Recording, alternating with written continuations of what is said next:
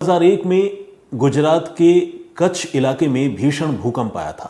ये एक बड़ी त्रासदी थी जिसमें बहुत से लोगों ने अपनी जान गंवाई थी, बहुत प्रॉपर्टी ज़मींदोज़ हो गई थी, मकान दुकान सब कुछ, और बहुत से लोग दिव्यांगता का शिकार भी हो गए थे। तो 2001 में वो तारीख थी 3 जनवरी की, और इसी रोज़ जब कच्छ के इलाके में वो भूकंप आया तो प्राकृतिक आपदा अमीर गरीब छोटे बड़े का भेद तो करती नहीं है। तो जब भूकंप आया तो भुज जेल की जो दीवार थी वो दीवार भी टूट गई। अब ये ऐसे कई कैदियों के लिए एक सुनहरा मौका था जिनके हाथ पांव सलामत थे या जिन्हें उस भूकंप में चोट नहीं लगी। उनको लगा कि जेल की दीवार टूट गई है, यहाँ से भागा जा सकता है।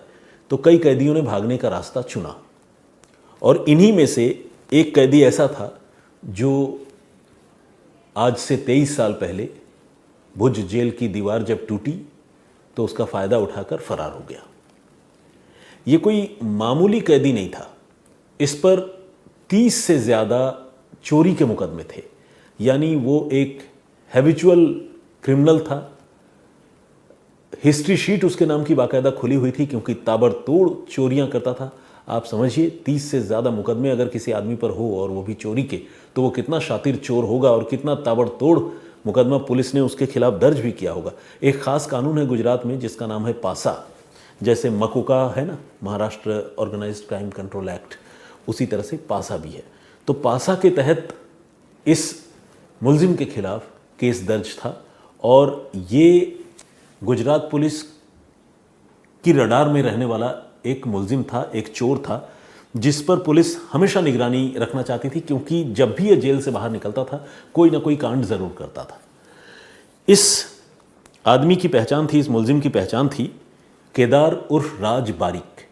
ये 24 साल का एक नौजवान था और मूल रूप से ओडिशा के गंजाम ज़िले का रहने वाला था, लेकिन ये गुजरात में ताबड़तोड़ चोरियां करता था और कई बार गिरफ्तार हो चुका था। इस बार वो जेल में था, इत्तेफाक से जेल की दीवार भूकंप की वजह से टूट गई और वो फरार हो गया। तब कच्छ की पुलिस और सूरत पुलिस ने इस आदमी को ढूंढने की शुरुआत की। दिन महीने साल गुजरते चले गए, लेकिन केदार ऐसे गायब हुआ जैसे गधे के सिर से सींग। मिला ही नहीं, उसका कोई पता ठिकाना किसी को नहीं मिला। केदार को जानने वाले जो उसके कॉमन फ्रेंड्स थे, जेल के अंदर जेल के बाहर, उसके साथ काम करने वाले जो दूसरे चोर थे, सबसे पुलिस ने पूछताछ कर ली। क्योंकि पुलिस के पास उसकी पूरी जन्म कुंडली थी, बही खाता था। तो उसका जो गांव था गंजाम ज़िले में, वहाँ पर भी गुजरात पुलिस की टीम कई बार गई और ये पता करती रही कि क्या केदार महीने 2 महीने, साल भर, 2 साल, 3 साल कभी गांव आया क्या कभी किसी से उसकी बात हुई, क्या अपने घर वालों से उसने कोई कांटेक्ट किया क्या। लेकिन हर बार पुलिस को केदार के बारे में जवाब जो है वो नकारात्मक ही मिला, और कभी भी केदार के बारे में कोई जानकारी, कोई खबर नहीं मिली। यहाँ तक कि सूरत पुलिस ने ओडिशा के उस ज़िले में अपने कुछ मुखबिरों को स्पेशली डिप्यूट किया, तैनात किया, जो वहीं के रहने वाले थे, और उनको कुछ इनाम की बात या कुछ ऐसा वादा भी किया कि अगर तुम इस मुलजिम के बारे में हमें बता पाओ तो हम तुम्हें रिवॉर्ड करेंगे। इस तरह का इन्फॉर्मेशन भी पुलिस ने, मतलब इस तरह की कोशिश भी पुलिस ने ओडिशा जाकर की, ताकि वहाँ जैसे ही ये आदमी आए या अपने घर वालों को फ़ोन करे, उसकी कोई जानकारी मिले, तो गुजरात की सूरत पुलिस को फ़ौरन इसके बारे में जानकारी मिले। लेकिन इतना सब कुछ करने के बावजूद केदार के बारे में पुलिस को कोई जानकारी नहीं मिल पाई। इधर ये जो आदमी था, ये चूंकि हर गुजरते दिन के साथ ही मामला एक कोल्ड केस में तब्दील होता जा रहा था, तो पुलिस को जब 23 सालों का लंबा वक्त, या समझ लीजिए 20 सालों का लंबा वक्त गुजर गया, तो पुलिस को ये लगने लगा कि शायद अब केदार इस दुनिया में नहीं है।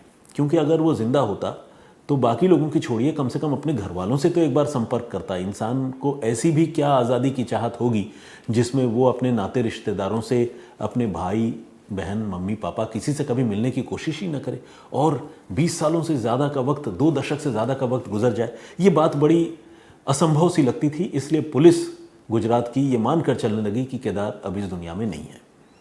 और इस तरह से, जैसा कि मैंने आपको बताया, 23 सालों का वक्त गुजर गया, जो एक लंबा वक्त होता है। लेकिन 23 साल बाद इस केस में एक मेजर टर्न आया। एक मुखबिर के जरिए ही सूरत क्राइम ब्रांच को केदार के बारे में एक जानकारी मिली। उस मुखबिर ने यह बताया कि आप जिस मुलजिम को पिछले 23 सालों से ढूंढ रहे हैं और जिस मुलजिम को आप अब मरा हुआ मानते हैं, वो अब भी जिंदा है। पुलिस ने पूछा कौन, तो बताया केदार। केदार जिंदा है और केदार ज़्यादा दूर नहीं बल्कि गुजरात का जो पड़ोसी राज्य है राजस्थान, वहाँ रहता है।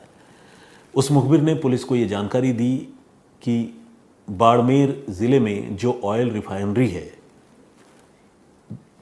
वहाँ पर एक जगह है बालोतरा, और बालोतरा के पास एक गांव है पचपदरा। उस पचपदरा गांव में रिफाइनरी का जो इंस्टॉलेशन है, जो यूनिट है, वहाँ वो एक मजदूर के तौर पर काम करता है। अब ये बड़ी सटीक और बड़ी स्पेसिफिक इनपुट थी, बहुत पिन पॉइंट इन्फॉर्मेशन था, और सूरत पुलिस को लगा कि इस मौके को हाथ से नहीं गंवाना है, और सूरत पुलिस की एक टीम फौरन बाड़मेर पहुंची, बालोतरा पहुंची। वहाँ जाने के बाद जब पुलिस ने बड़े खुफिया तरीके से रिफाइनरी के मज़दूरों के बारे में पूछताछ की, पता किया, तो पुलिस को ज़ोर का झटका लगा। झटका क्यों लगा? क्योंकि उस रिफाइनरी में करीब 30,000 मज़दूर काम करते हैं।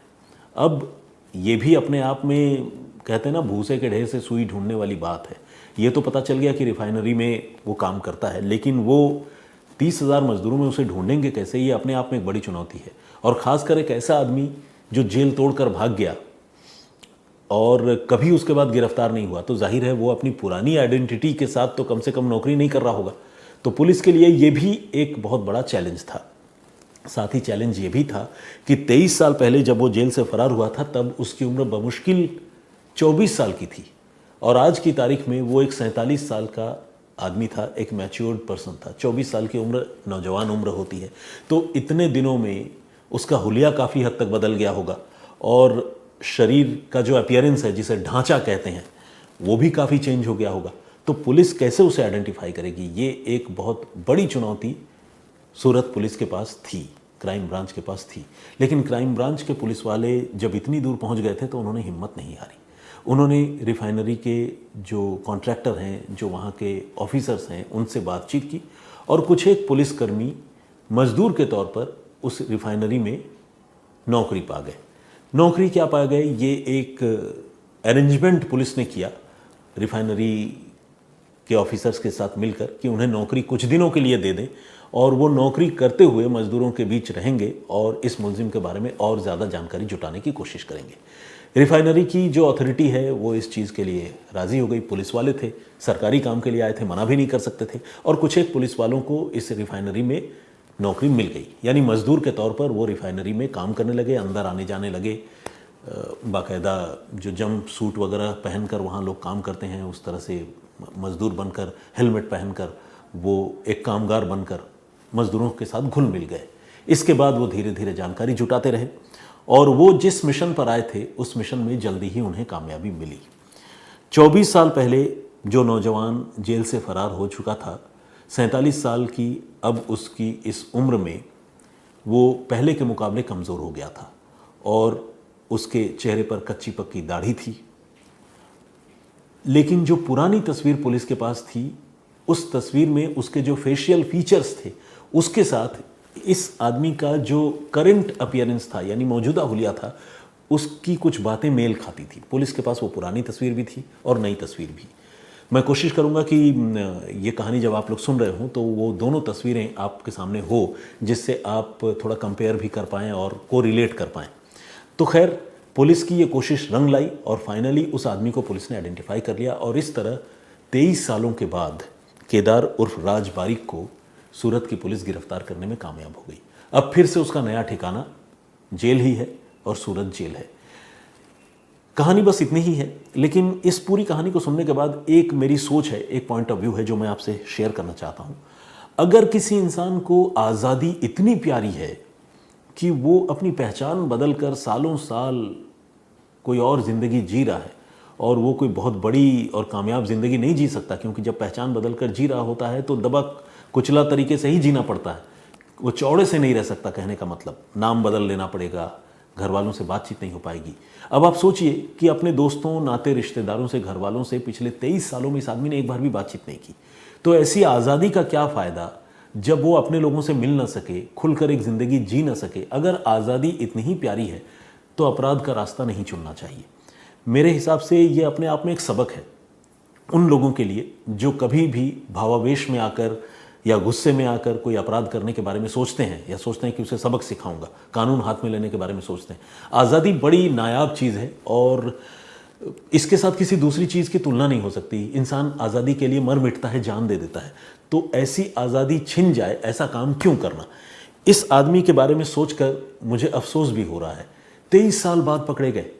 23 सालों तक वो घुट घुट कर जीता रहा। कोई बहुत मज़े से तो जिया नहीं होगा, हमेशा उसके डर रहा होगा कि भाई मैं पकड़ा ना जाऊं। चलिए 23 साल, पूरे 23 साल नहीं डरा होगा, कम से कम शुरू के 10 साल तो डरे होंगे। बाद में भी उसके दिमाग में कहीं ना कहीं वो बात होगी, नहीं तो फिर वो गंजाम ज़िले में उसका जो परिवार है उससे तो वो कांटेक्ट करता। इन 23 सालों में वो एक बार भी अपने घर नहीं गया, उनसे कांटेक्ट नहीं कर पाया। क्या फ़ायदा है ऐसी आज़ादी का। तो हैरानी होती है। आप लोग भी सोचिएगा और इस पर अपनी राय ज़रूर दीजिएगा।